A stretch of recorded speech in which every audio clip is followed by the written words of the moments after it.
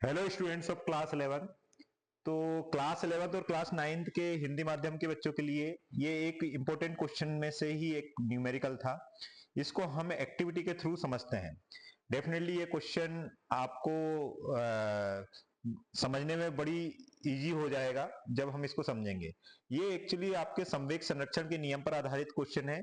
चलो, वैसे तो न्यूमेरिकल आप देख रहे हैं तो आंसर मिल ही जाएगा, लेकिन इसको हम एक क्वेश्चन समझते हैं क्योंकि इसमें कई बार क्वेश्चन समझने में बहुत परेशानी आती है। तो ये 9 में भी ऐसा ही क्वेश्चन है और आपके क्लास 11 फिजिक्स में भी ऐसा ही क्वेश्चन है। ठीक है, और आप चाहे तो इंग्लिश वाले मीडियम वाले बच्चे भी इसको समझ सकते हैं, है ना। जहां पर डाउट हो आप पूछ लीजिएगा। तो देखिए, समझते हैं।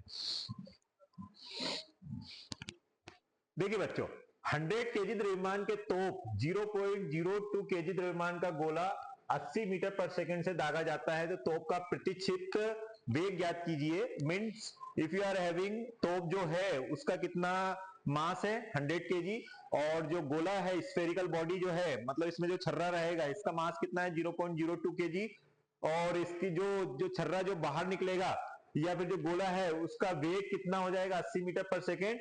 तो ये बताना है कि इसमें पीछे जो झटका लगेगा उसका क्या वेग होगा। जैसे मैं ये टेलीस्कोप की हेल्प से समझता हूं।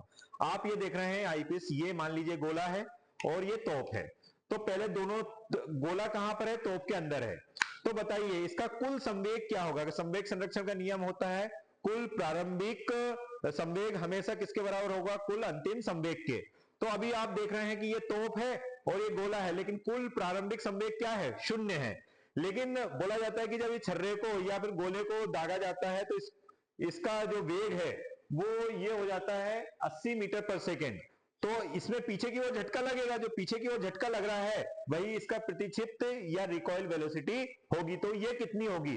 तो अभी हम बात करें, देखो सब लिख लिया है। तोप का द्रव्यमान, मतलब अगर मैं सिर्फ इसकी बात करूं तो इसका द्रव्यमान आपको कितना दिया है, ये तोप मान लीजिएगा। तोप का द्रव्यमान m1 कितना है 100 केजी, ठीक है, मान लिया। और गोला का द्रव्यमान, जो इसके अंदर ये छर्रा रहता है, गोला रहता है, उसका द्रव्यमान मान लीजिए ये गोला है, तो उसका द्रव्यमान कितना दिया है 0.02 केजी। और आपसे बोला है गोले का अंतिम वेग। अंतिम वेग का मतलब है जब ये जो तोप होती है उससे जब जो गोला निकला है, बाहर की तरफ निकला है, तो इसका जो वेग है, प्रारंभिक वेग तो शून्य था, लेकिन जब अंतिम वेग जब ये बाहर निकला तो इसका अंतिम वेग क्या बोल दिया v2, और ये कितना 80 मीटर पर सेकेंड। तो जब ये बाहर निकला तो इसके कारण ये पीछे इस पर कितने वेग से ये तोप जाएगी वो बताना है। उसी को हमने प्रतिक्षेप्त वेग या अंतिम वेग मान लिया है। संवेग संरक्षण का नियम आपको पता ही है, ये हमने सूत्र लगाया।